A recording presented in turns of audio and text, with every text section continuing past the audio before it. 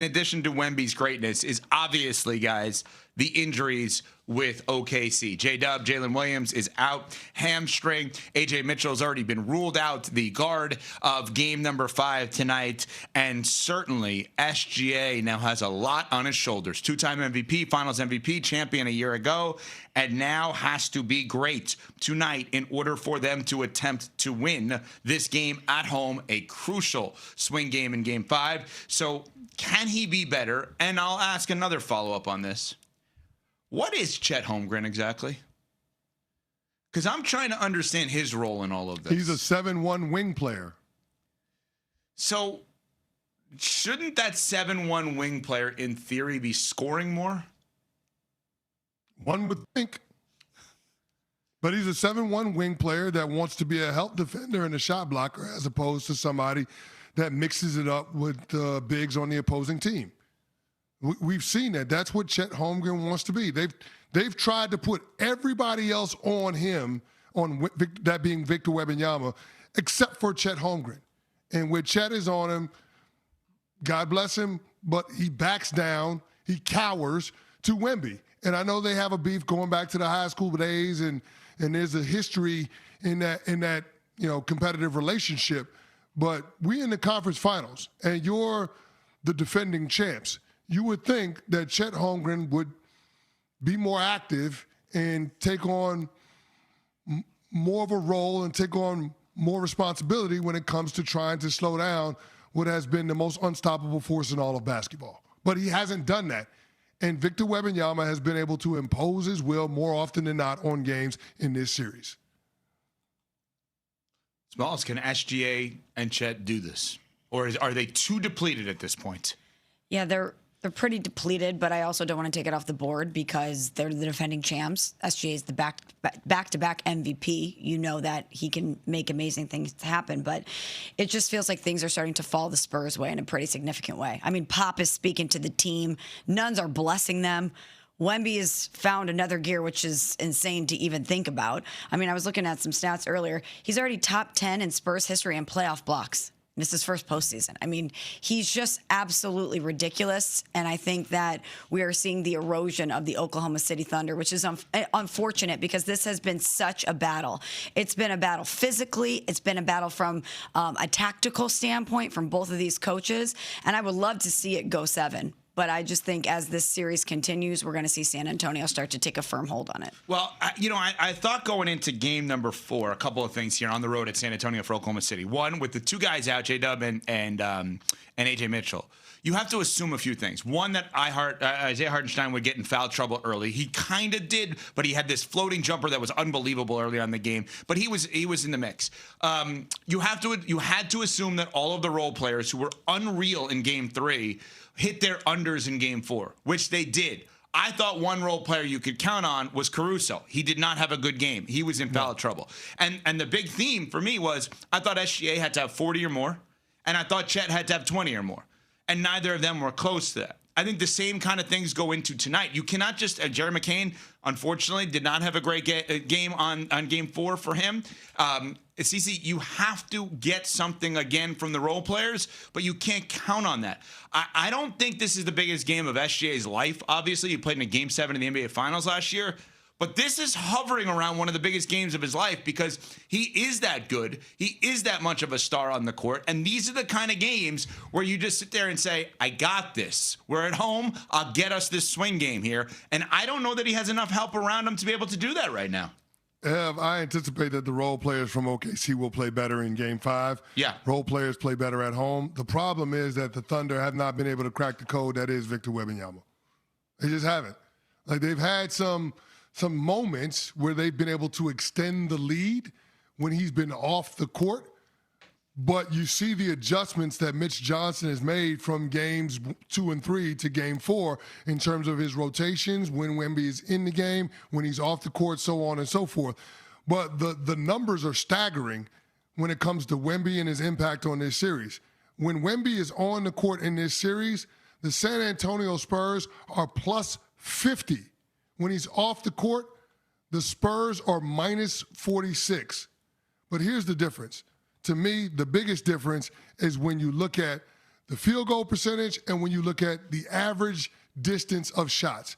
When Wemby is on the court, the Thunder's field goal percentage drops to 40%. When Wemby is on the court, the average distance for the Oklahoma City Thunder to make a shot is 15 and a half feet. When he's off the court, it's 12 feet. That is staggering. And so for Mitch Johnson, it's all about trying to mitigate the minutes that Wemby is off the court in terms of Oklahoma City being able to make a run. But when he is off on the court, what we have seen through the first 4 games is that the Thunder do not have an answer for him. And if Wemby can continue to be on the court and Mitch Johnson can execute the strategy that we saw in Game 4 in terms of how he staggered Wemby's minutes, then all of a sudden now it's going to be a problem for the Thunder, and I just don't see a way that they can get 2 more wins in this series. Oh, my God. Go ahead. Again, they Let it out. They signed up for what the hell is he saying? What can I say the tush? Yeah, say it. Why can't they just say we got our ass kicked? Like, hey guys, this is going to be the only response. James, what did you think? We got our ass kicked. Coach Atkinson, what did you think of the series? We got our ass kicked. Donovan, you grew up in New York. This was a big moment, first time in the conference finals. How did you think it went? We got our ass kicked. We got our ass kicked. 5 words. Marshawn Lynch it. I'm just here so I don't get fined. We got our ass. There's no, it's not because you went to 2 Game 6s. You're not the better team. You didn't have a fair chance. What, did they ask you to play with 4? I know on defense you do with Harden. Oh. What the hell are you talking about? What are we doing here? You got your ass kicked. That's it. Just like my team in Miami, the Cavs kicked their ass last year. Like, I can just say that. Like, why can't you just say that? I don't understand. They couldn't own the Game 1 collapse. You think they're going to own being swept in the Eastern Conference Finals? They don't have any accountability on that team, and it starts with the head coach. If the head coach won't hold the best 2 players accountable when it comes to being better on defense, then how can he hold anybody else in that locker room accountable for anything that they do on the court? You got former NBA players out there criticizing Kenny Atkinson because he won't hold James Harden and Donovan Mitchell more accountable when it comes to the effort that they put on the defensive end. It's not a matter of the skill and not being a good defensive player. They don't even put in effort to be good, Ev. They don't put in effort to be in position. Jalen Brunson is an undersized player, and we know him to be a liability on the defensive end for the Knicks. But you know what Jalen Brunson also does? He leads the league every single year in charges. He puts his body on the line on the defensive end because that's what leaders do. That's what captains do. The Cleveland Cavs don't have that.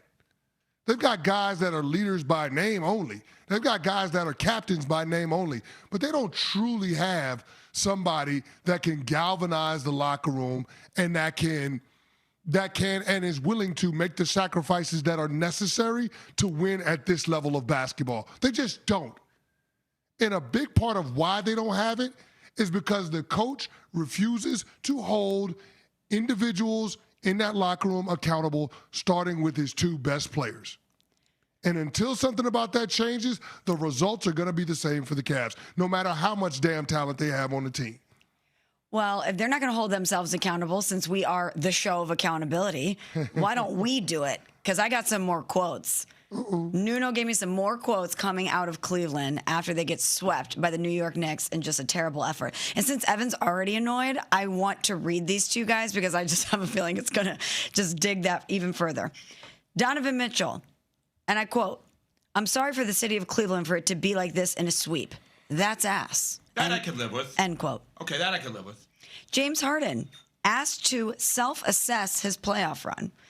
And I quote, "I think he did pretty good. Defensively, been extremely solid. And offensively, getting guys shots and fitting into a system that was already in place." End quote. Go ahead. Yeah, they already promised me a contract extension. I don't give a crap. That's what that is. You know what? I'm not a big believer in making promises that you can't keep. If Kobe Altman, who's done a very good job, and everyone says is a great guy, if he's the one that promised James Harden a contract extension, a wink, wink, because you legally can't do that within NBA rules, but let's say wink, wink. I'm sorry, he's going to have to get fired. so I don't make him break, or I'm going to have to reassign him business operations, not basketball. You cannot. I don't care if you lose the salary slot. I don't care. You cannot try to be a good championship basketball team with James Harden on your roster. James Harden will very clearly never win a championship because that's not what he plays basketball for. He plays basketball for his next contract. That doesn't guarantee a championship.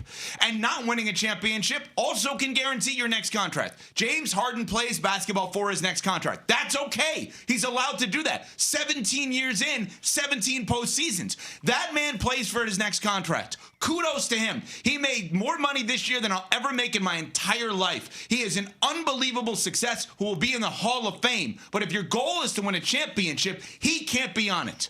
Aaron Gordon, Drew Holiday, Derek White, they play to bloody themselves for their teams. That's what they play for. Those are guys I want on my team to win a championship. That's what I'm looking for. I've got one more for you. But again, James Harden, 191 playoff games without a championship. But let's go straight to the top, to the governor of the team and Dan Gilbert, who tweets last night.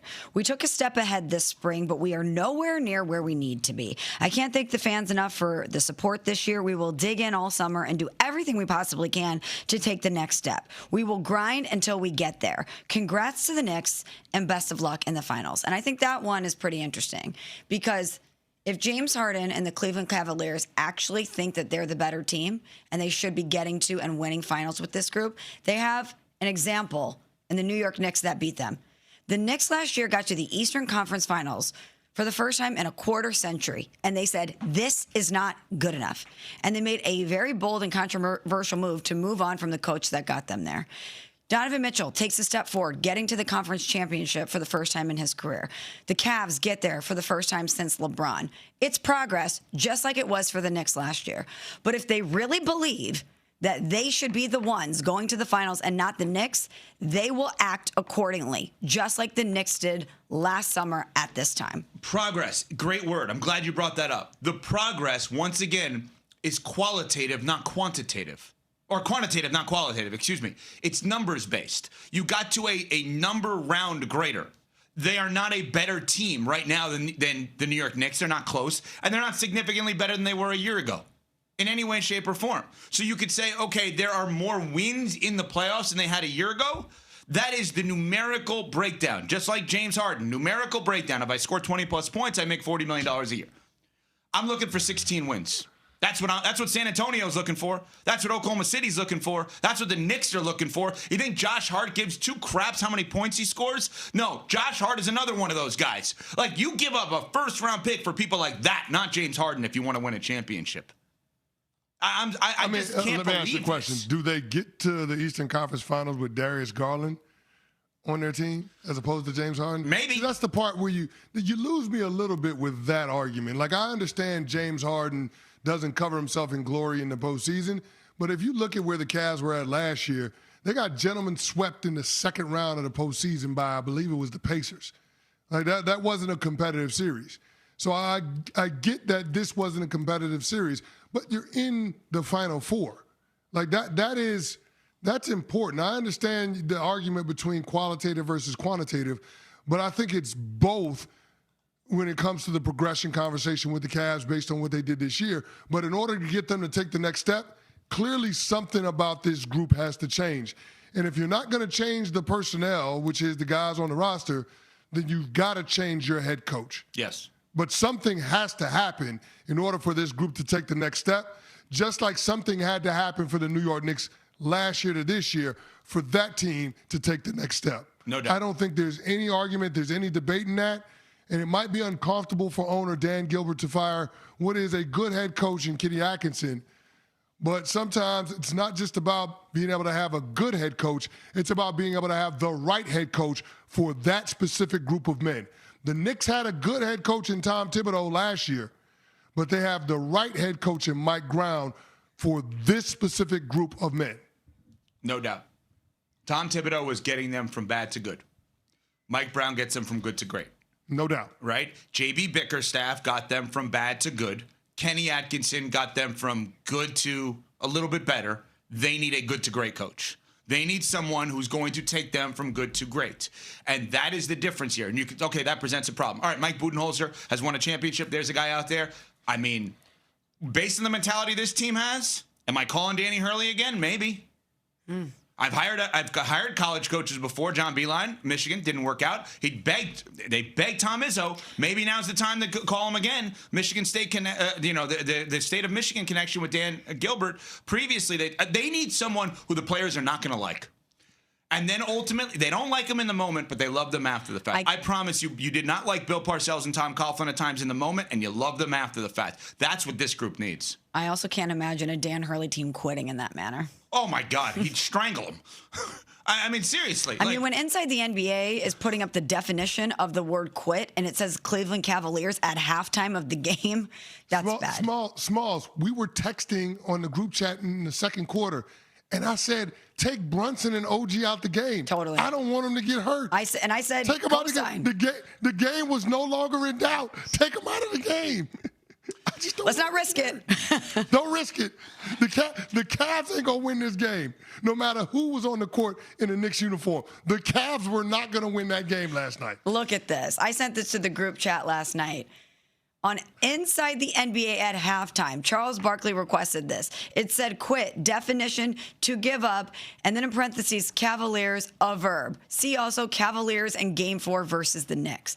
That is something that should be hanging in that locker room every single day. Every single day they should look at that and use it as motivation moving forward. The Cavs were Cavalier in Game 4? Ooh.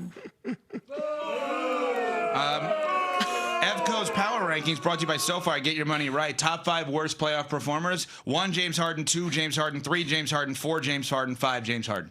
Hold on.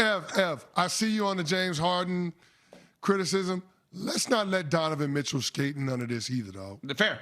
Totally fair. Let's not let Donovan Mitchell make it either. Because points don't equal mentality. And he did points not. don't equal 31 mentality, points and don't equal the mentality. Donovan Mitchell was bad last night. I mean, absolutely abysmal. He was bad. Like, let's call it what it is. He was bad. What's been great has been the Western Conference Finals. Game number 5 tonight. We'll discuss next. We're on Sportsmanlike, presented by Progressive Insurance.